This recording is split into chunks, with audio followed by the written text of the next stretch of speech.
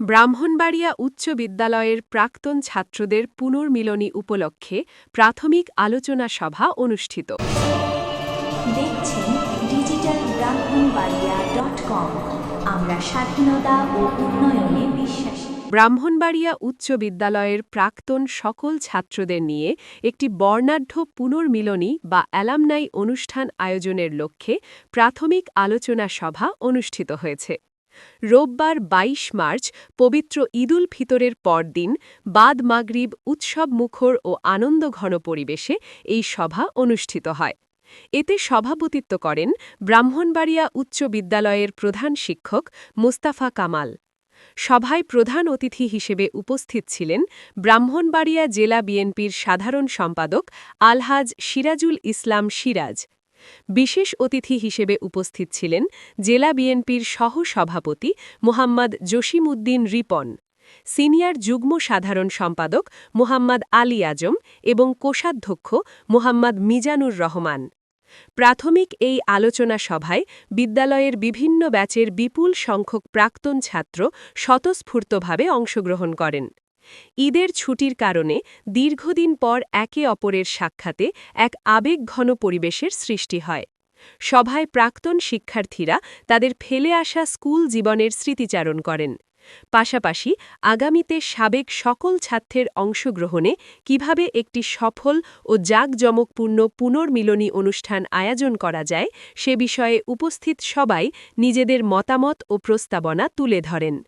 সবার সম্মিলিত প্রচেষ্টায় খুব শিগগিরই মূল অনুষ্ঠানের তারিখ ও রূপরেখা চূড়ান্ত করা হবে বলে সভায় জানানো হয়।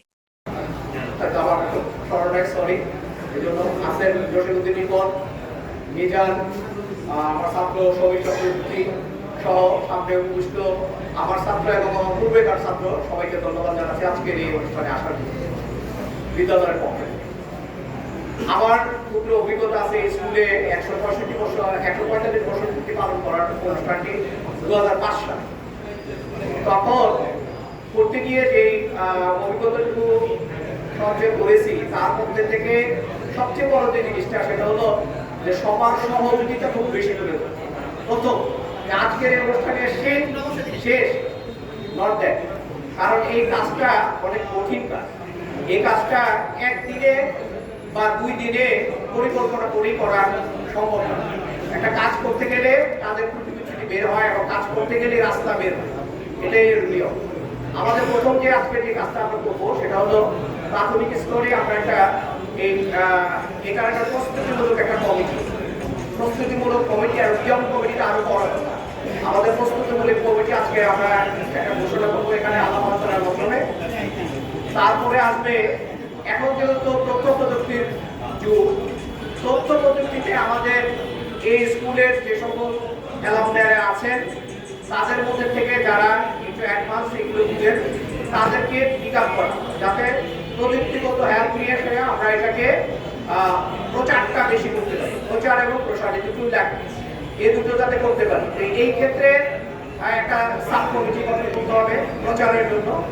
আর প্রতি মাসে মাসে একটা নির্দিষ্ট ডেটে আমরা বলবো এবং এখানেও বলবো, ঢাকাতেও বলবো।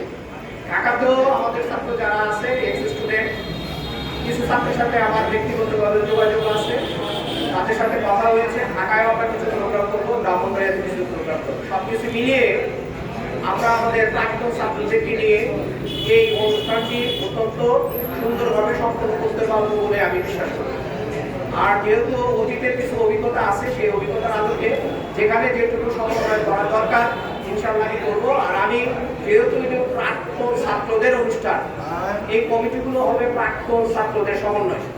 আমি থাকবো সমন্বয়কের ভূমিকা।